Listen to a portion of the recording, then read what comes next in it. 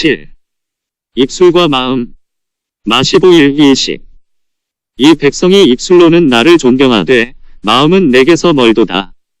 사람의 계명으로 교훈을 삼아 가르치니 나를 헛되이 경배하는도다. 하나님께서 왜 인간들을 책망하시는가? 신앙생활을 아니했다고 책망하시는 줄 알면 오산이다. 하나님께서는 우리의 불신앙을 책망하시는 것이 아니라 우리의 신앙을 책망하신다. 본문에서도 보는 것처럼 우리가 하나님을 존경하지 아니했다고 책망하시는 것이 아니요 입술로만 존경했다는 책망이며 경배하지 않은 것에 대한 책망이 아니라 헛된 경배에 대한 책망이다. 즉 바리새인들도 하나님을 존경하고 경배한 것만은 분명한 사실인데 문제는 그들이 그러한 존경과 경배를 마음으로 하지 아니하고 입술로만 했다는 데 있다. 그러므로 하나님을 존경하고 경배해야 한다고 그 당위성을 가르치기 이전에 어떻게 존경하고 경배할 것인가부터 알고 가르쳐야 한다. 그렇지 아니하면 본문의 주인공들처럼 실컷 신앙생활을 하고도 책망만 듣는 어리석은 사람이 되기 때문이다. 인간들은 누구나 막론하고 모두 다 신앙생활을 한다. 다만 다른 점은 신앙생활을 어떻게 하느냐만 다를 뿐이다. 불신자들의 신앙은 불신으로 하나님을 믿는 것이요 신자들의 신앙은 신신으로 하나님을 믿는 것인데 성경이 언급하는 대상은 후자들이다. 즉 성경이 너희라든지 저희라든지 제자들이나 바리새인들을 언급할 때에는 그들 모두 하나님을 믿는 사람들이라는 점이다. 그러므로 성경이 세상이라는 표현을 썼다 해서 하나님도 모르고 성경도 모르는 대상으로 생각할 일이 아니다. 하나님을 알고 믿는 사람들 가운데서의 세상이다. 이 점을 간과하면 성경의 모든 지적은 허공에 뜰 수밖에 없다. 즉 성경은 성경을 보는 사람들에 대한 가르침과 책망인데 하나님을 믿어 성경을 보게 되었다고 성경이 지적하는 세상이라는 대상에서 자기는 빠져나왔다고 생각한다면 성경은 늘 허공에다 외치는 모양밖에 되지 않는다. 그렇지 않다.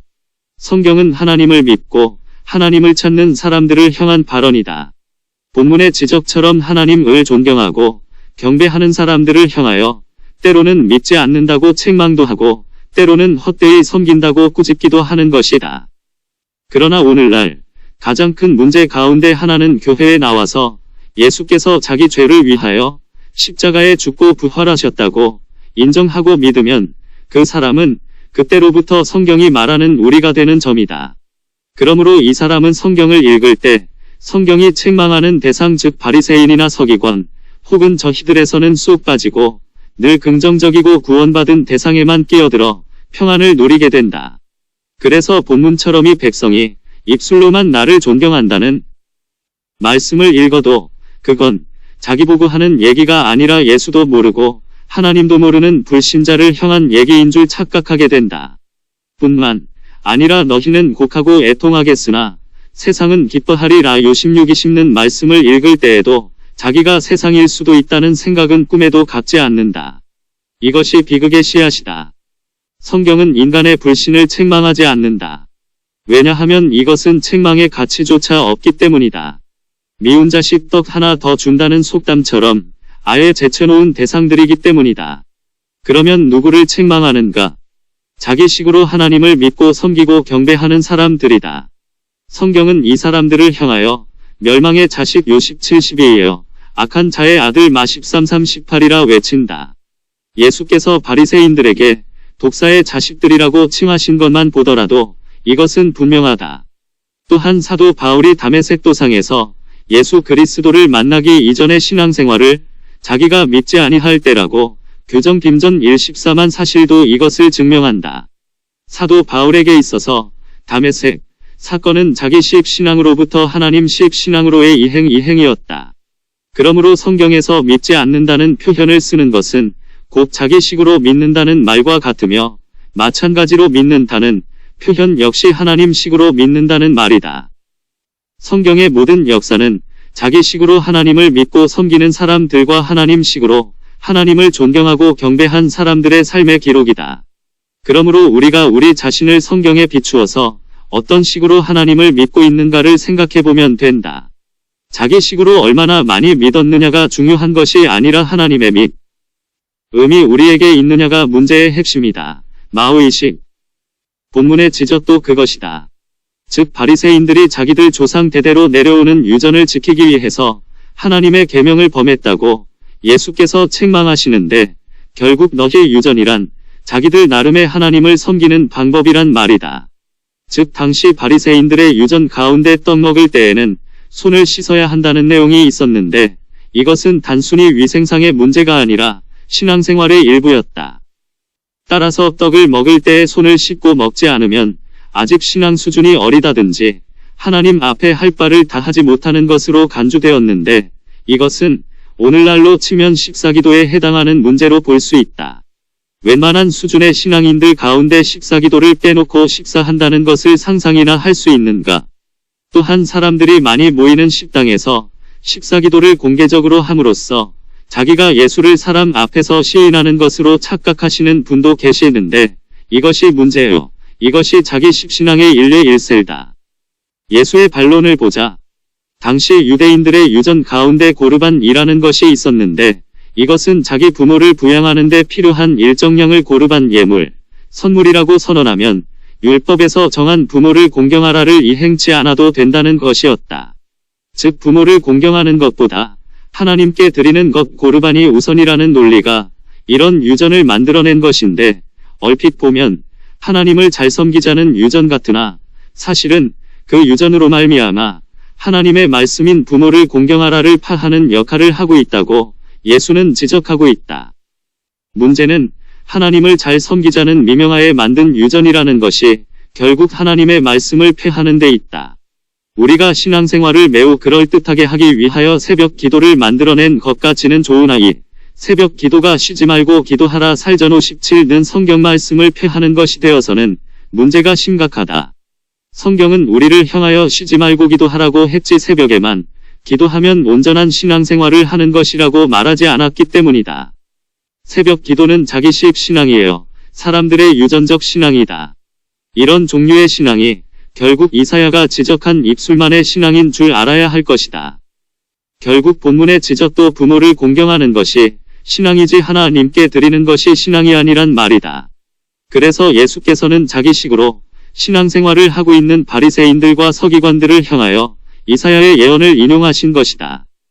그러면 문제는 왜 이들 바리새인이나 서기관들이 그렇게 마음에도 없는 입술로만의 신앙을 할 수밖에 없었느냐 하는 점이다. 왜 좀 더 하나님을 잘 섬기고자 만든 자기들의 유전이 하나님의 말씀을 폐하는 결과를 빚었느냐 하는 점이다. 이 점을 바로 이해하기 위해서는 본문에 출처가 되고 있는 이사야 29장의 내용을 먼저 알 필요가 있다. 즉 이사야 29장 13절에서 이사야, 너희 백성이 입으로는 나를 존경하나 그 마음은 내게서 멀리 떠났다고 말씀하는데, 그들이 그럴 수밖에 없었던 원인으로 그들이 사람의 계명으로 가르침을 받았다는 점을 지적하고, 또한 사람의 계명으로 가르침을 받을 수밖에 없었던 원인을 그 앞에서 설명하고 있다. 이 점이 대단히 중요하다. 즉 이스라엘 백성들이 입술로만의 신앙생활을 할 수밖에 없었던 원인은 하나님의 말씀을 사람의 계명으로 오해한 데 있었는데, 그 오해의 주인이 곧 이사야 29장 9절로부터 12절에 나오는 말씀이다. 그러므로 모든 묵시가 너희에게는 봉한 책의 말이라. 그것을 유식한 자에게 주며 이르기를 그대에게 청하노니 이를 읽으라 하면 대답하기를 봉하였으니 못하겠노라 할 것이에요. 사 29-11. 결국 유식한 자나 무식한 자나 여호와의 말씀을 펴거나 보거나 할 자가 없다 개오사는데 문제가 있다. 여호와의 말씀이 무슨 뜻인지 알아야지 그 뜻에 맞는 신앙생활을 할 것 아니겠는가. 그러나 이스라엘 백성들은 여호와의 말씀이 의미하는 뜻을 모른 채 자기들 나름대로 하나님을 섬기고 믿고 사랑했다. 여호와의 말씀의 의미를 모르면 그것을 찾고 구해야 할 것이건만 모든 묵시가 봉한 책의 말이라는 이사야의 지적을 무시하고 그 묵시의 말씀을 사람의 계명으로 바꾸어 신앙생활을 한 것이 죄다. 그래서 부모를 공경하는 것보다는 하나님께 예물을 드리는 것이 우선이라는 유전을 만들어 자식들을 가르치고 유대 사회 공동의 행위규범으로 삼은 것이다. 이것이 잘못이다. 그러면 혹자는 이렇게 반론을 제기할 것이다. 아니, 어떻게 부모를 공경하라는 것이 묵시의 말씀일 수 있는가라고? 그렇다. 부모를 공경하라는 말씀이 묵시의 말씀일 수 없기 때문에 사람의 계명으로 전락한 것이다. 항상 누구나 아는 말씀이라고 생각한 곳에 우리의 죄악성이 숨어 있다. 그래서 오늘날도 부모 공경이 인간들의 교훈과 계명으로 가르쳐지고 있다. 그러나 사도 바울은 부모를 공경하는 것이 약속 있는 첫 계명이라고 M6이 분명히 지적하고 있고, 또한 우리 주님은 그 첫 계명을 내 마음, 뜻, 목숨 다하여 주 너의 하나님을 사랑하는 것이라고 마이 12, 37, 38 말씀하시지 않았는가? 어찌 예수 그리스도와 사도 바울 사이의 첫 계명에 대한 견해 차이가 있을 수 있겠는가? 육신적인 부모 공경이 나쁜 것이 아니라 문제는 그럼으로써 하나님의 말씀인 부모 공경이 폐하여지기 때문에 악이요 죄다. 성경 말씀을 가볍게 대한 자체가 죄다. 그러면 어떻게 할 것인가? 우선 하나님의 말씀이 무슨 뜻인지 알아야 할 것이다. 신앙생활을 하느냐 마느냐의 문제가 아니다. 그리고 기본적으로 성경 말씀이 모두 봉한 책의 말이라는 것을 믿어야 한다. 또하니 땅의 인간들 중에서는 모든 지혜자의 지혜가 없어지고 명철자의 총명이 가리워졌다. 사이 19, 14는 말씀도 믿어야 한다. 그런 다음에는 어떻게 할 것인가? 그날의 귀머거리가 책의 말을 들을 것이며 어둡고 캄캄한 데서 소경의 눈이 볼 것이며 겸손한 자가 여호와를 인하여 기쁨이 더하겠고 사람 중 빈핍한 자가 이스라엘의 거룩하신 자를 인하여 즐거워하리니. 사이 19, 18, 19. 책의 말을 듣고 볼 때까지 하나님 앞에 모든 신앙의 행위를 중지하고 기다릴 일이다. 신앙의 행위가 중요한 것이 아니다. 무엇이 신앙의 행위인지 아는 것이 급선무다. 그러므로 어리석은 자가 되지 말고 오직 주의 뜻이 무엇인지 이해하라. 에보 17는 말씀을 조차 술 취하지 말라. 에보 18는 말씀의 뜻을 알아야 한다. 오늘날 교회의 가르침대로 소주나 맥주에 취하지 않는 것이 술 취하지 않는 것인 줄 알면 이것이 곧 사람의 계명으로 교훈을 삼아 하나님을 헛되이 경배하는 것이다. 소주 한 잔 안 마시는 것을 신앙의 행위로 알고 국세계 신앙생활 하는 동안은 잘 되면 바리새인이여 못되면 예수를 향하여 십자가에 못 박으라고 외치는 데모데가 될 뿐이다. 이 책을 펴거나 보거나 하기에 합당한 자가 보이지 않기로 내가 크게 울었더니 개오사하는 요한의 심정을 생각하자. 그래서 목 놓아 울고 있는 반모 섬의 요한을 기억하자. 그랬더니 장로 중에 하나가 내게 말하되 울지 말라. 유대지파의 사자 다윗의 뿌리가 이기었으니 이 책과 그 일곱인 인을 떼시리라. 게 5는 약속을 받은 요한을 바라보자. 그래서 요한 계시록 2편을 쓰자는 얘기가 아니라 이미 써놓은 말씀들이 무엇인지 알자는 말이다. 그래야 본문이 안쓰럽게 지적하고 있는 입술로만 하는 존경이 아닌 마음의 존경이 이루어질 수 있으며 헛된 경배 아닌 참된 경배가 가능하다. 그러므로 성경이 지적하고 있는 너희는 곡하고 애통할 수밖에 없는 사람이여. 이 사실을 모르는 세상은 자기식으로 열심히 신앙생활을 함으로 기뻐하는 것이다. 그러나 성경이 무엇을 말하느뇨? 너희는 근심하겠으나 너희 근심이 도리어 기쁨이 되리라. 요 14:20를 약속하고 있지 않는가? 저희가 평안하다 안전하다 할 그때에 멸망이 호련히 저희에게 이르리니 결단코 피하지 못하리라. 살전오상. 그러므로 형제들아, 예수께서 아직 우리와 함께 있어 우리에게 하신 말씀을 기억하자. 요 14:25. 보혜사 곧 아버지께서 내 이름으로 보내실 성령 그가 너희에게 모든 것을 가르치시고 내가 너희에게 말한 모든 것을 생각나게 하시리라. 요 14:26. 그래서 그분에게 배우고 그분으로부터 생각나는 삶이 있으신가? 이것이 신앙이다. 목사들만 이래야 하는 것이 아니에요. 신학자들만 이런 신앙생활 하는 것이 아니다. 나를 믿는 자는 나의 하는 일을 저도 할 것이에요. 요 14:12. 신앙은 바로 나의 삶이어야 한다.